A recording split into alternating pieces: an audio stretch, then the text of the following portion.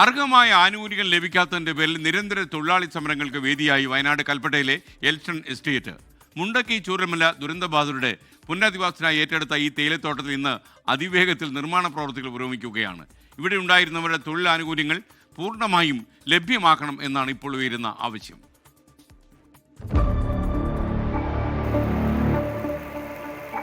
ഞങ്ങളെ മണ്ണ് പോയി, ജോലി പോയി, ഞങ്ങളെ ആനുകൂല്യങ്ങളും ഇല്ല.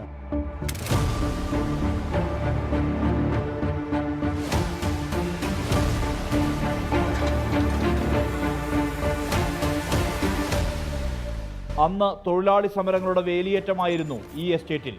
കൊളുന്തുനുള്ളി ജീവിതം മുന്നോട്ട് കൊണ്ടുപോയവർക്ക് അർഹമായ ആനുകൂല്യങ്ങൾ ലഭിക്കാതെ വന്നതോടെയായിരുന്നു പ്രതിഷേധങ്ങൾ.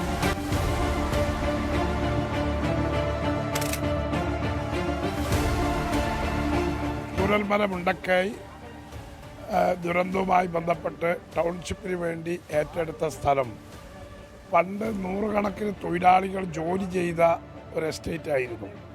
പ്രത്യേകിച്ച് കൽപ്പറ്റ ടൗണുമായി ബന്ധപ്പെട്ട ഒരു എസ്റ്റേറ്റ്. അവിടുത്തെ തൊഴിലാളികൾ ജോലിയെടുക്കുകയും സ്ത്രീകളൊക്കെ ഇരന്നുള്ളി അവരുടെ കുടുംബത്തെ പോറ്റുന്നതിന് വേണ്ടിയും അതുപോലെ തന്നെ പുരുഷന്മാരായ എസ്റ്റേറ്റിൻ്റെ പണിയെടുത്ത് ജീവിച്ചു പോകുന്ന ഒരു സ്ഥലമായിരുന്നു.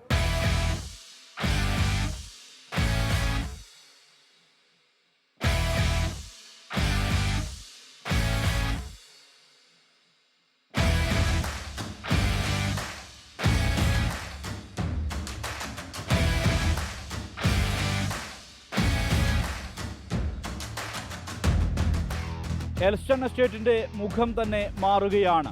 അതിവേഗത്തിലാണ് ഇവിടെ ടൗൺഷിപ്പിന്റെ നിർമ്മാണ പ്രവർത്തനങ്ങൾ പുരോഗമിക്കുന്നത്.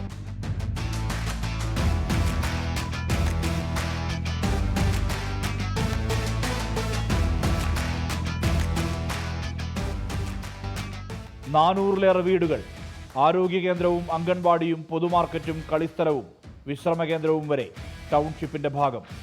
ജനുവരി അവസാനത്തോടെ നിർമ്മാണ പ്രവൃത്തികൾ പൂർത്തീകരിക്കാനാകുമെന്ന പ്രതീക്ഷയിലാണ് സർക്കാർ.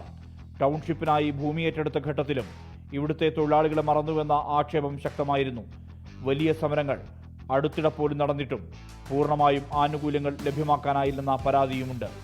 മനു ദാമോദരനൊപ്പം സുർജിത് അയ്യപ്പത്ത്, 24 വയനാട്.